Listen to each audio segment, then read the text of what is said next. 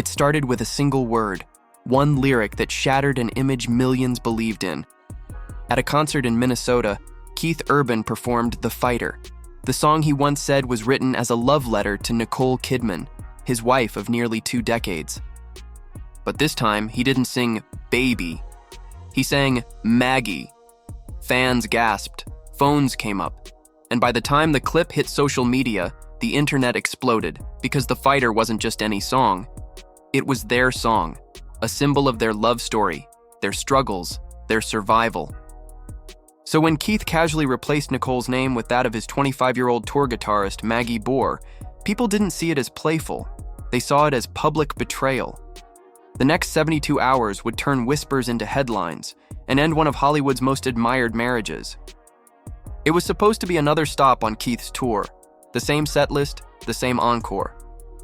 But what happened that night in Minnesota changed everything. During The Fighter, a song he's performed countless times, Keith looked toward his guitarist, smiled, and sang, "When they're trying to get to you, Maggie, I'll be your guitar player." The crowd's reaction was immediate. Laughter, confusion, shock. Some fans cheered, others went silent. Maggie Boore, visibly surprised, smiled awkwardly on stage. Moments later, the clip appeared on her Instagram story with a caption. Did Keith Urban just say that? The internet took care of the rest. Comment sections filled with disbelief. Wait, wasn't that song for Nicole? That's beyond disrespectful. Imagine your husband changing your love song to another woman's name.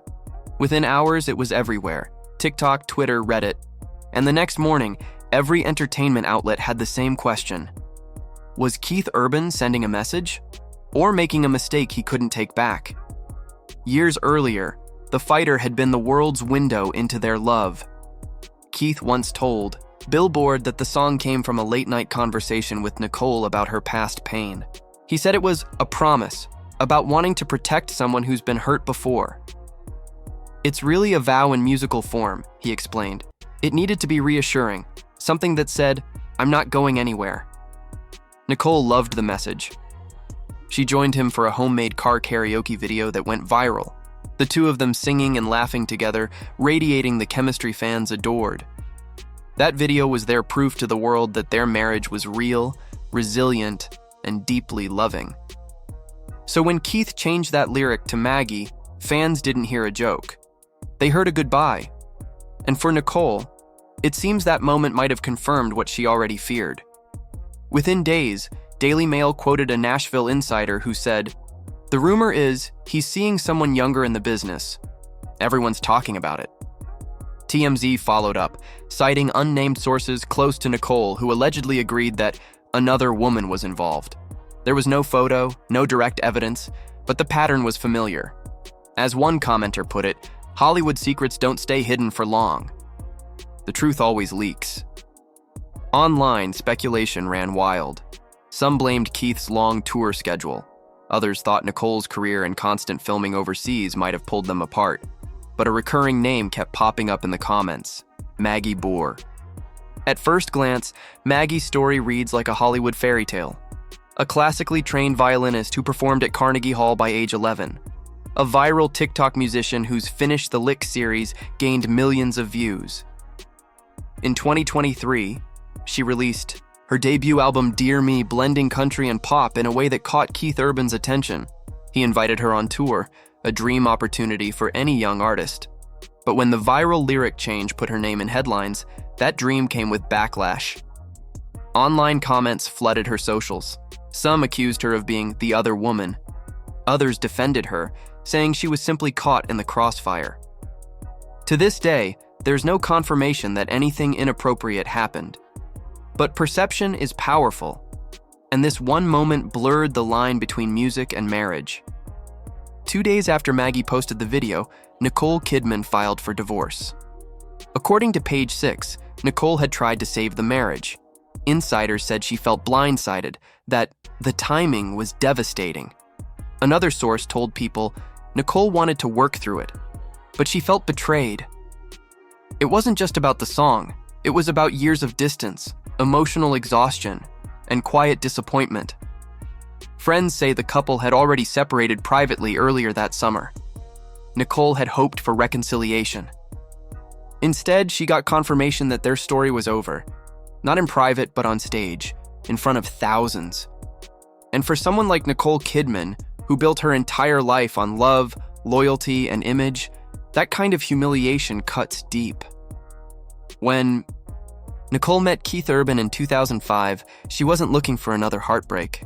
She was still healing from her highly publicized divorce from Tom Cruise, a marriage that ended in silence and secrecy. Keith was struggling too. Behind his smile was a battle with addiction that nearly destroyed his career. Nicole stood by, him checking him into rehab just months after they married. Over the years, the couple became a symbol of endurance, proof that love could survive fame. They appeared together at premieres, red carpets, and awards shows, always hand in hand. When Nicole won her Emmy for Big Little Lies, she thanked Keith and their daughters first, saying, "You're my reason for everything." To fans, they were unbreakable. But behind that image, cracks had been forming for years. Nicole Kidman has always carried her pain with quiet grace. At 17, she watched her mother fight breast cancer, an experience that shaped her lifelong advocacy for women's health. Her early marriage to Tom Cruise brought both love and tragedy, an ectopic pregnancy, a miscarriage, and emotional distance magnified by fame. When Tom filed for divorce in 2001, Nicole's world collapsed overnight. She later admitted she spiraled into depression, saying, "I had to dig deep and find my way through it." But she kept moving. She adopted 2 children, Connor and Isabella. She rebuilt her career with Moulin Rouge and The Hours, even as her personal life stayed complicated. When she met Keith, she thought her story had finally found peace. Instead, history repeated itself, only this time she knew how to survive. Nicole's honesty about mental health has always set her apart. After her divorce from Tom, she told Who magazine, "I married very young, but I don't regret it. It was part of growing up. The pain made me stronger." Even in her later years, her acting roles took an emotional toll. She once said she would come home from filming Big Little Lies and just cry in the bath, emotionally drained from portraying trauma on screen. Keith Urban, meanwhile, was constantly touring, chasing charts, and living in the spotlight. 2 people in love, but always in motion, rarely together. It's a story as old as fame itself: distance, pressure, and the quiet unraveling behind perfect photos. By the time Keith changed that lyric, it wasn't a random slip. It was the sound of a marriage already running on echoes. Since the divorce filing, both have stayed silent publicly. Keith continues performing but never addresses the controversy. Nicole keeps her focus on work, appearing in interviews calm, elegant, and private. Fans remain divided. Some argue Keith was being playful and the internet overreacted. Others say the lyric exposed what Nicole had been feeling all along, that she was no longer the center of his world. Online, hashtags like #Justice for Nicole and #Keith Urban lyrics trended briefly after the clip resurfaced on TikTok. Reddit threads dissected every moment of the performance frame by frame. Some viewers even noticed Nicole had stopped wearing her wedding ring weeks earlier, long before the official announcement. In today's world, fans become detectives. And for better or worse, celebrity heartbreaks don't stay private for long. Despite everything, Nicole Kidman's story isn't defined by who left her, but by how she keeps getting back up. Through loss, heartbreak, and media storms, she's never lashed out, never sought revenge. Instead, she turns pain into purpose: her acting, her philanthropy, her resilience. She once told Tatler, "Every time I've fallen apart, I've come back stronger." I think that's what life keeps teaching me. And she's right.